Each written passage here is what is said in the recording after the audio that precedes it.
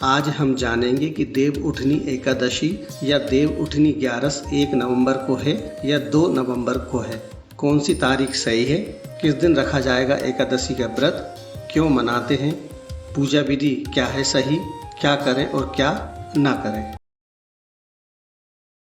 नमस्कार दोस्तों, नील भक्ति धारा चैनल में आपका हार्दिक स्वागत है। कार्तिक मास के शुक्ल पक्ष की देव उठनी एकादशी के दिन देव उठते हैं, यानी भगवान विष्णु अपनी योग निद्रा का त्याग कर जागृत होते हैं। भगवान विष्णु 4 महीने क्षीर सागर में शयन करते हैं और आज के दिन ही यानी कार्तिक मास के शुक्ल पक्ष की एकादशी को उठते हैं। इसलिए इसे देव उठनी एकादशी और देव उठनी 11 या प्रबोधनी एकादशी भी कहते हैं। इस एकादशी को चतुर्मास समाप्त होता है और सभी रुके हुए मांगलिक और शुभ कार्य फिर से आरंभ हो जाते हैं। देव उठनी एकादशी के दिन ही तुलसी जी का विवाह भगवान शालिग्राम जी के साथ कराया जाता है और इसी दिन से ही शादी विवाह, मुंडन संस्कार एवं अन्य मांगलिक कार्य भी प्रारंभ हो जाते हैं। इस बार एकादशी तिथि 2 दिन रहने वाली है और ब्रह्म मुहूर्त के समय विद्यमान तिथि 2 नवंबर रविवार को रहेगी। इसलिए इस बार 1 नवंबर शनिवार और 2 नवंबर रविवार को भी एकादशी का व्रत रखा जाएगा, यानी एकादशी का व्रत 2 दिन रखा जाएगा। आप जिस नियम का पालन भी करना चाहते हैं उस दिन एकादशी का व्रत रख सकते हैं। अगर बात करें शुद्ध एकादशी की, तो जिस दिन एकादशी और द्वादशी दोनों ही तिथियों का संयोग होता है उस तिथि को व्रत रखना ज़्यादा शुभ माना जाता है और दशमी मिली एकादशी का ज़्यादा पुण्य प्राप्त नहीं होता। इस बार भद्रा का वास मृत्यु लोक में रहेगा, तो पूजा पाठ को छोड़कर बाकी अन्य शुभ कार्यों के लिए ये भद्रा अशुभ रहेगी।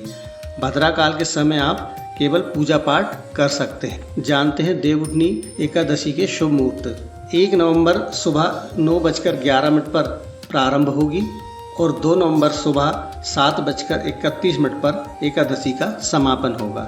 सुबह 11:42 से दोपहर 12:27 तक अभिजीत मुहूर्त रहेगा। पारण का समय रहेगा 2 नवंबर दोपहर 1:11 से दोपहर 3:23 तक।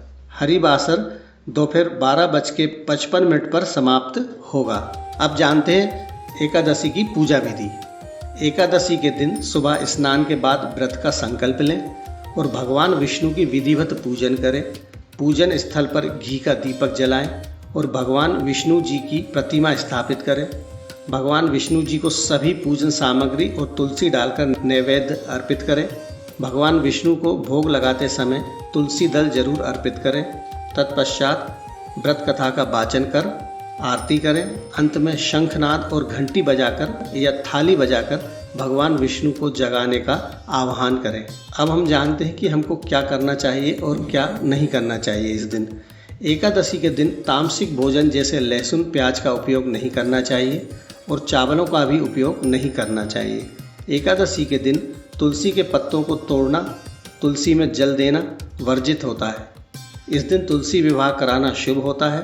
द्वादशी तिथि के दिन जरूरतमंद लोगों को भोजन, धन और गर्म कपड़ों का दान करना चाहिए। लेकिन इस वर्ष रविवार के दिन एकादशी पड़ रही है। ऐसे में यह जानना जरूरी है कि क्या रविवार के दिन तुलसी जी का विवाह कराया जा सकता है, क्योंकि मान्यताओं और नियमों के अनुसार एकादशी के दिन या रविवार के दिन ना तो तुलसी जी को जल अर्पित किया जाता है और ना ही तुलसी पत्र तोड़े जाते हैं और ना ही तुलसी जी को स्पर्श किया जाता है। तो आज हम इस वीडियो में इस धारणा को जानने वाले हैं, क्योंकि इस बार एकादशी व्रत के दिन भद्रा भी लग रहा है, साथ ही पंचक भी लग रहे हैं।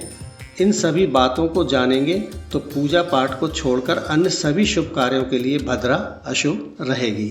आप रविवार के दिन तुलसी विवाह करा सकते हैं। इसके अलावा शनिवार को शाम 5:36 से 6:53 तक तुलसी विवाह के लिए शुभ मुहूर्त रहेगा।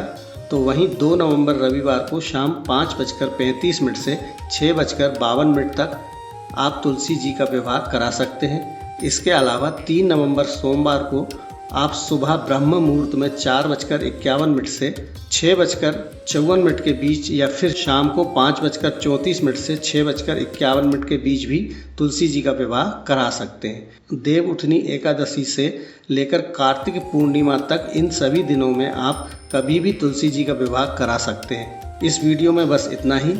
आप व्रत कब कर रहे हैं कमेंट में ज़रूर बताएं। इस वीडियो को लाइक करें। ऐसे ही ज्ञानवर्धक वीडियो के लिए हमारे चैनल नील भक्ति धारा को सब्सक्राइब करना ना भूलें। धन्यवाद। मिलते हैं अगली वीडियो में।